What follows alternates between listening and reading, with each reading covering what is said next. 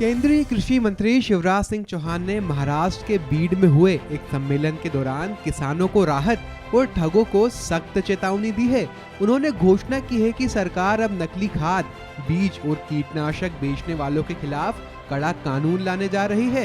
मंत्री ने साफ कहा कि किसानों को ठगने वालों की अब खैर नहीं है। ऐसे लोगों को सख्त से सख्त सजा मिलेगी और उनका लाइसेंस रद्द कर दिया जाएगा।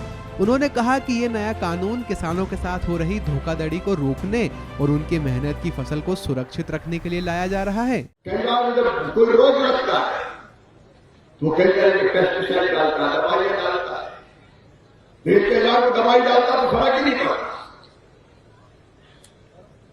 जो कीड़े वो मरते नहीं, क्योंकि नकली पेस्टिसाइड बनाने वाले भी बहुत हैं। मैंने संकल्प लिया है कि नकली के व्यापार को बनाने वालों को हम समाप्त कर देंगे, चलने नहीं देंगे किसी भी कीमत पर। नकली पेस्टिसाइड कुछ भी बना रहे हैं और अभियान चलाए कि छापामारी करो।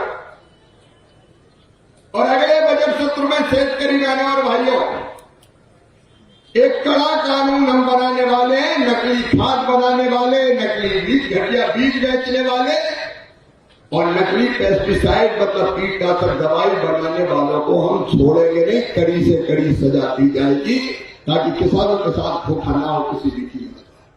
शिवराज सिंह चौहान ने बताया कि किसानों को अब किसी भी कीमत पर नुकसान नहीं होने दिया जाएगा। उन्होंने कहा कि प्रधानमंत्री फसल बीमा योजना के तहत किसानों को उनके नुकसान की पाई पाई का मुआवजा मिलेगा।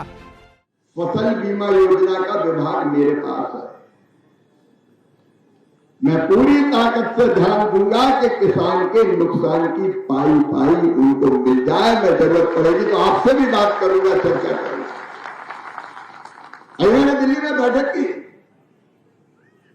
कई किसानों को नाम मात्र की राशि पिछले सालों की मिली थी।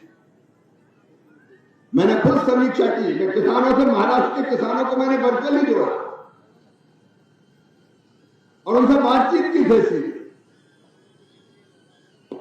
कोई गड़बड़ नहीं होगी। जो नुकसान हुआ है क्रॉप कटिंग एक्सपेरिमेंट राज्य सरकार करेगी और उसके आधार पर प्रधानमंत्री फसल बीमा योजना के अंतर्गत नुकसान की भरपाई की जाएगी।